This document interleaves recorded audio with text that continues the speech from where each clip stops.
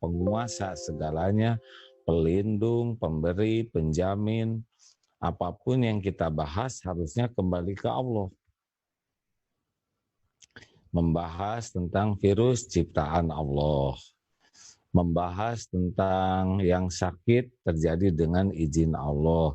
Digugurkan dosanya oleh Allah. Membahas yang meninggal, sudah saatnya kematiannya tiba.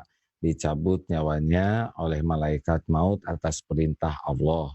Tentang rizki, Allah yang membagi. Kita ingin selamat, Allah yang melindungi. Kita gelisah, Allah yang menenangkan. Kita ingin merasa tenang, Allah yang menenangkan. Kita mulai jenuh dan bosan, Allah yang memberikan pahala sabar. Makanya kalau selama episode ini kurang kepada Allahnya, itulah masalahnya. Seharusnya orang beriman itu dengan adanya kejadian ini,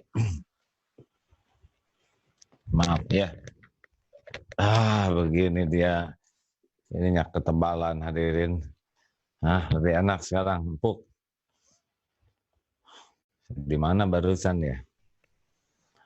Lebih banyak mengingat Allahnya, dan kalau banyak ingat Allah, Ar-Ra'd ayat 28, ala bidzikrillah tatmainnul qulub. Camkan hatimu hanya akan tentram dengan mengingat Allah. Jadi membahas apapun yang tidak kembali ke Allah pasti tidak akan berbuah ketenangan. Yang kedua, apa yang Allah inginkan sesudah semuanya ingat ke Allah, yaitu meningkatkan amal soleh kita.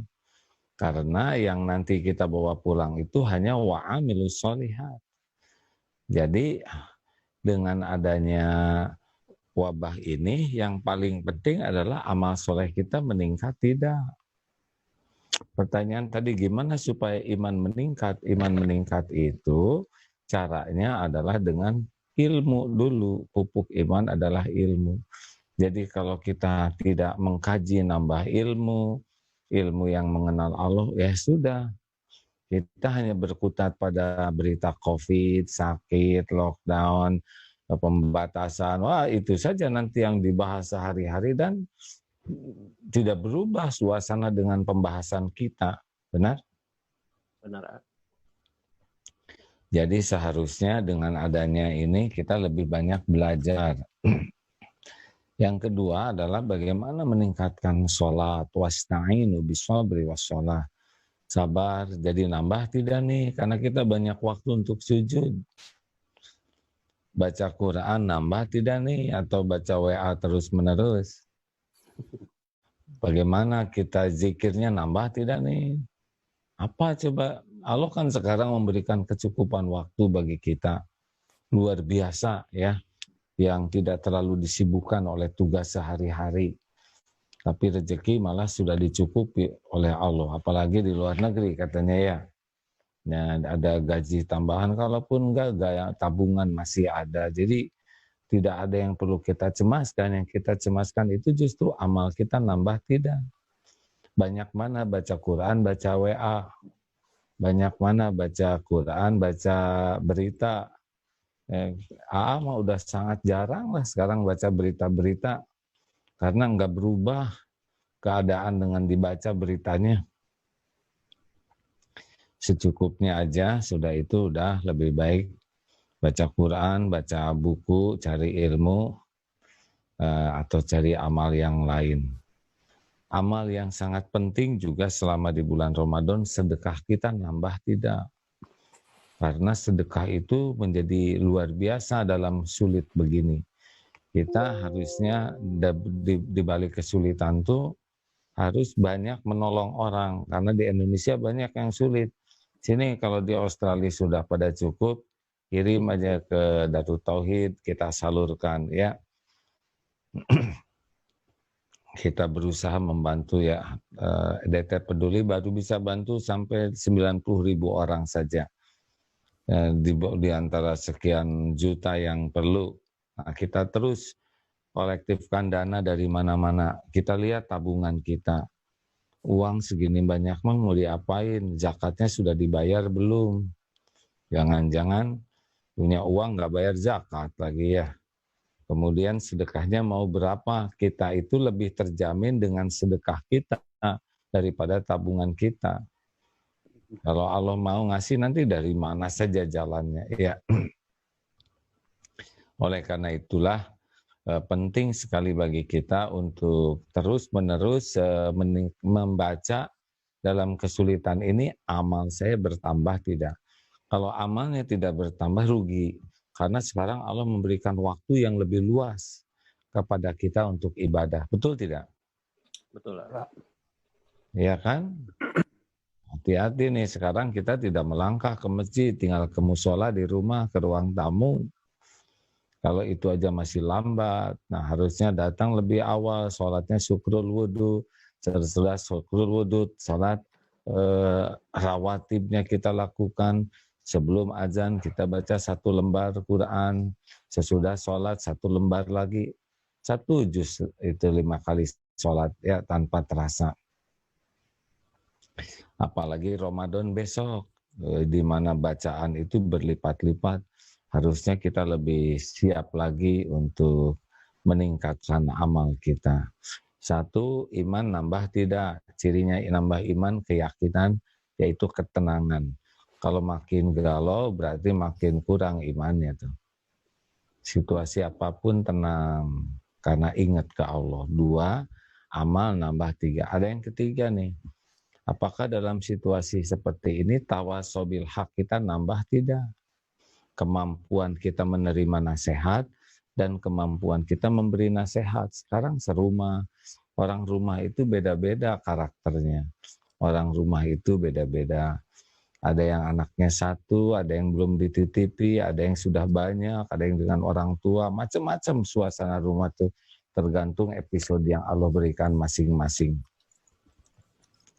Nah ini perlu seni sendiri. Apakah dakwah kita nambah tidak nih?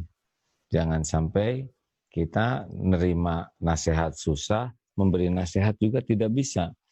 Harusnya kita dalam situasi sulit begini tetap program terpenting kita adalah perbaikan diri kita. Dan perbaikan diri kita itu adalah diawali dengan kecintaan kita menerima nasihat. Makanya dalam situasi begini harus ada target selain meningkatkan iman, meningkatkan amal soleh kita, meningkatkan kemampuan kita untuk memperbaiki diri. Jangan sampai sama aja sebulan kita di rumah, kesabaran kita tidak nambah, kemampuan kearifan kita tidak nambah, sikap bijaksana tidak nambah, kemampuan menahan emosi tidak menjadi baik. Kalau gitu kita rugi nih, karena ini kesempatan besar. Dari orang-orang rumah kita bisa mendapat input tentang apa yang harus kita perbaiki pada diri kita. Dari istri, dari suami, dari anak, dari orang tua, dari orang-orang dekat ini kan tahu tuh siapa diri kita yang sebenarnya. Nah ini sekarang kita buka aksesnya supaya kita makin baik. Beritahu apa yang kurang pada diri saya. Terus kerjasama supaya berubah dalam 1 bulan ini. Kalau kita tidak sibuk memperbaiki diri, kita tidak bisa menjadi jalan perbaikan bagi yang lain secara signifikan. Dan yang keempat adalah tawasobis sabr. Bagaimana selama 1 bulan atau selama karantina ini kita punya program begitu sungguh-sungguh meningkatkan kualitas sabar kita, mengendalikan diri kita, mengendalikan mata, mengendalikan telinga, mengendalikan pikiran, mengendalikan perkataan, mengendalikan hati, mengendalikan tubuh kita, sehingga ini dilatih semakin terkontrol diri kita. Emosi, amarah, syahwat, semua terkendali. Mau lihat manfaat atau tidak, mau mendengar manfaat atau tidak, mau ngomong manfaat atau tidak, menyakitkan atau tidak, sia-sia atau tidak, jadi dosa atau tidak, semua kita latih. Karena ini kita sekarang sedang diberi kesempatan jaga jarak dengan orang, ini karunia, karena setiap ketemu orang itu sesungguhnya peluang jadi dosa itu besar. Tiap ketemu orang tuh kita bekal ngomong, ngomong juga kadang ditambah-tambah, ada sombongnya, ada riaknya, ada dilebih-lebihkannya, ada nyakitinnya, macam-macam sekali yang terjadi selama kita ketemu orang tuh. Belum mata tidak terjaga. Jadi, nah sekarang dikasih jarak begini kita latih supaya nanti pada waktu kita keluar sudah semakin terlatih. Sebetulnya luar biasa sekali ini takdir ini ya, karena kita jarang diberi kesempatan seperti ini. Harusnya dinikmati betul, apalagi waktu Ramadan nanti, di mana semua cari ilmu pahalanya besar, amal soleh pahalanya besar, dakwah pahalanya besar, bersabar juga pahalanya besar. Jadi memang kita harus punya program. Nah, dari mana kita bikin program? Dari dua hal. Satu, dari masalah. Yang kedua, dari potensi. Misalkan, aduh saya masalahnya Quran saya kurang begitu fasih. Sudah bikin program bagaimana 1 bulan Quran ini benar-benar bagus tahsinnya, bacaannya tuh mantap. Jangan sampai punya masalah, tidak punya program. Ini waktunya bagus nih untuk menyempurnakan kita bisa baca Quran. Hafalan saya kurang banyak, ini kesempatan menambah hafalan di program. Saya punya potensi, suara saya bagus, ini kesempatan bisa belajar jadi qori supaya lebih indah di dalam mengimami. Jadi luar biasa. Ini kesempatan yang sangat-sangat strategis, sangat penting, sangat besar, apalagi sudah ini masuk ke Ramadan dalam keadaan begini, wah ini luar biasa. Kita dijagakan jarak dari kesibukan dunia, dijaga jarak dari kesibukan bersama manusia lainnya, adalah kesempatan besar kita untuk memperbaiki diri, supaya nanti selesai wabah ini, kalau ada umur kita keluar sudah menjadi pribadi yang luar biasa berubahnya. Jadi seperti kepompong lah ya. Nah, kita masuk ke dalam kepompong Ramadan dan nanti keluar jadi pribadi yang indah, sebagaimana ulat yang tadinya jijik masuk ke dalam kepompong, keluarnya jadi kupu-kupu yang indah. Nah, itulah prolognya. Ayo kita sempurnakan dengan tukar pikiran, tanya jawab. Silahkan.